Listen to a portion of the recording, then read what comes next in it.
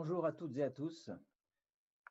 Notre navire ambulance, l'Ocean Viking, est reparti le 11 janvier de Marseille, après 5 mois de blocage administratif en Italie.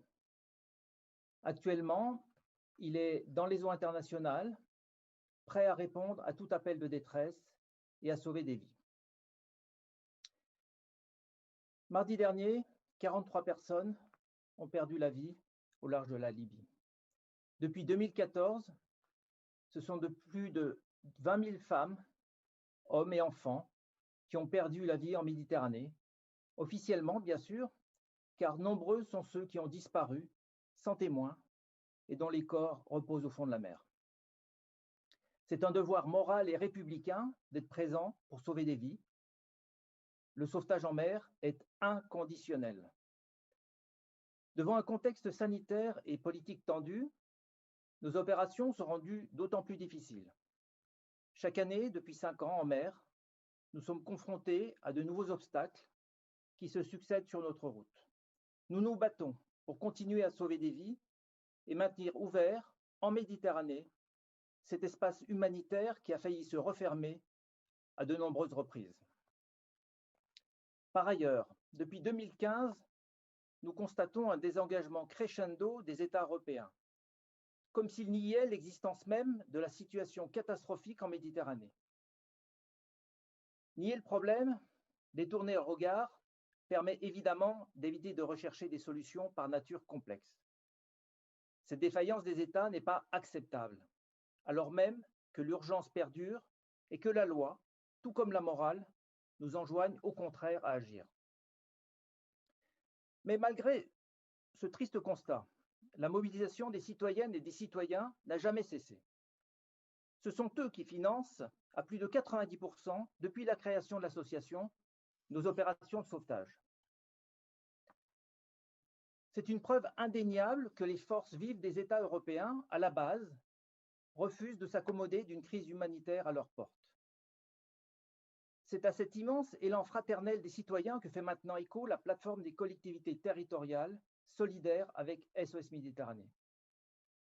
La mobilisation des collectivités, qui sont au cœur de nos territoires, est une nécessité pour défendre ce devoir d'assistance universelle qui doit s'appliquer en mer comme à terre et qui est aujourd'hui en danger.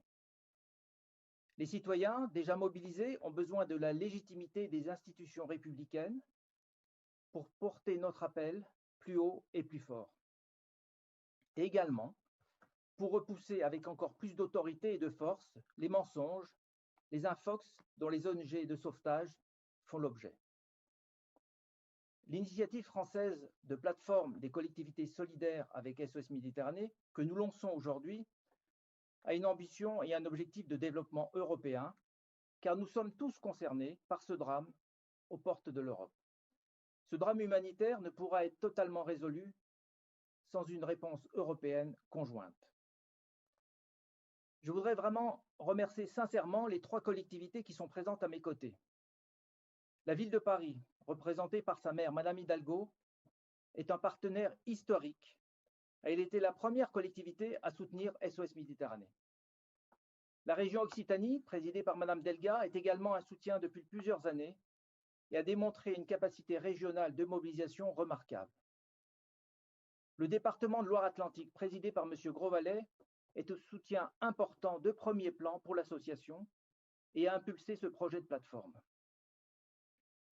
Les mouvements de solidarité décollent toujours grâce à une poignée d'initiateurs qui ouvrent la voie et montrent qu'une solution est possible, qu'il n'y a pas de fatalité.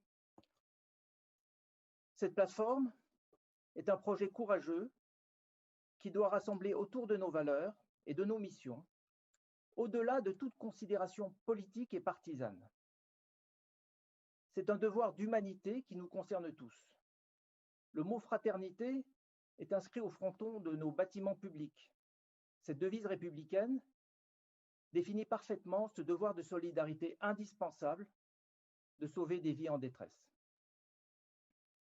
Les collectivités qui nous rejoignent sont et seront une force d'appui essentielle pour SOS Méditerranée, pour le témoignage, le plaidoyer, le soutien financier sur ce drame humain qui se déroule aux portes de l'Europe. Merci de votre attention.